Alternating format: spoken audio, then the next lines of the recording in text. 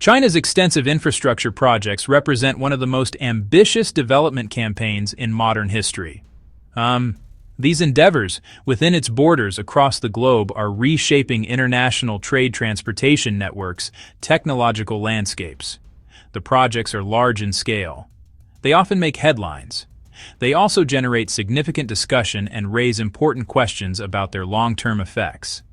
This essay will explain the core concepts behind these initiatives using clear and simple language. Your prospects.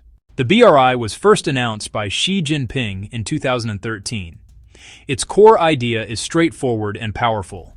China aims to create new and improved trade routes, linking it with Asia, Europe, Africa, beyond. These routes are not just roads and railways. They also include modern ports, pipelines, energy grids, and fiber optic and digital networks. The initiative now involves more than 150 countries, international organizations. It represents a commitment of over $1 trillion in planned investments. The goal: foster economic connectivity, boost trade, stimulate development. The BRI seeks to recreate the ancient Silk Road for the 21st century. First, the Silk Road Economic Belt, land-based corridors. Corridors include railways, highways, energy pipelines traveling through Central Asia into Europe. Second, the 21st century Maritime Silk Road, sea routes and port developments. It connects China's coast to Southeast Asia, South Asia, Africa, Europe. Together they aim to create a vast, integrated market. It's not just construction, it's also about policy coordination, financial integration. China frames it as a shared opportunity for development and prosperity. It emphasizes a win-win framework where participants can benefit from increased trade, improved infrastructure. But the scale makes implementation complex. It involves governments, banks, construction companies. That complexity has produced significant achievements and notable challenges, shaping the global conversation about China's role in the world. The Belt and Road Initiative is not just an abstract concept. It is made real through massive, tangible projects across the world. One of the most prominent examples is the China-Pakistan Economic Corridor, widely known as CPEC. This flagship project is a multi-billion-dollar collection of infrastructure works. It aims to connect Kashgar in western China to the Gwadar port in southern Pakistan, providing China with a direct link to the Arabian Sea. CPEC includes the construction of highways, railways, energy pipelines. It also involves building numerous power plants to address Pakistan's energy shortages. The corridor is seen as a critical element for both countries' strategic and economic goals. In East Africa, another major project highlights China's role as a builder. The Mombasa-Nairobi Standard Gauge Railway in Kenya is a modern rail line that replaced an older, colonial-era track.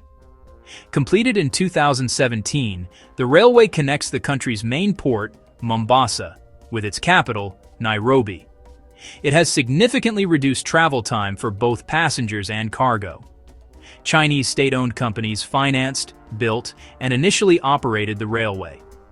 This project is part of a larger plan to create a railway network that could eventually connect several East African nations, Uganda, Rwanda, South Sudan, facilitating regional trade and integration. Farther south in the Indian Ocean, the Hambantota port in Sri Lanka has become one of the most discussed BRI projects. China financed and built this deep water port, which is located along one of the world's busiest shipping lanes. The project was intended to boost Sri Lanka's economy by creating a major shipping and logistics hub. However, due to difficulties generating revenue and difficulties repaying loans, the Sri Lankan government granted a 99-year lease of the port to a Chinese state-owned company in 2017. This development has fueled debates about debt and sovereignty in BRI partner countries, making Hambantota a symbol of both the potential and the perils of such large-scale investments. Another landmark project is the Addis Ababa-Djibouti Railway, which provides landlocked Ethiopia with crucial access to the sea. This 752-kilometer electrified railway connects the Ethiopian capital to the port of Dorale in Djibouti. It is one of the first modern cross-border railways on the African continent.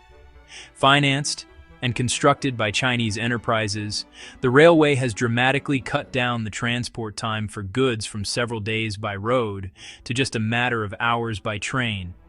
The project is vital for Ethiopia's trade, particularly for its exports of coffee and other agricultural products. While China's overseas projects capture global attention, the country is simultaneously undertaking an infrastructure transformation of historic proportions within its own borders. At the forefront of this domestic push is its high-speed rail network. In just over a decade, China has built the world's largest and most extensive network of fast trains. This network now spans over 45,000 kilometers, connecting all major cities and provinces. These trains often travel at speeds exceeding 300 kilometers per hour. They have revolutionized domestic travel. They have supported economic integration between regions. They have become a powerful symbol of China's technological prowess. Beyond high-speed rail, China is a global pioneer in smart cities. Shenzhen, Hangzhou, Shanghai. This transformation involves the widespread deployment of advanced technologies.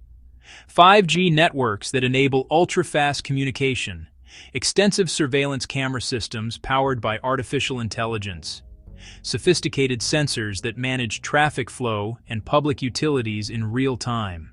The goal is to improve urban efficiency, enhance public safety, create a more convenient and sustainable living environment for millions of residents. China has also established itself as the undisputed global leader in renewable energy. In response to severe air pollution and in pursuit of its climate goals, the country has made massive investments in clean power generation. Solar panels, wind turbines, vast solar farms in its western deserts, massive wind power installations along its coastlines, wind installations in its northern plains. The Three Gorges Dam, the world's largest hydropower station, is another example of its commitment to large-scale energy projects. These efforts are central to China's strategy for achieving sustainable growth and reducing its reliance on fossil fuels. These domestic megaprojects are not isolated endeavors.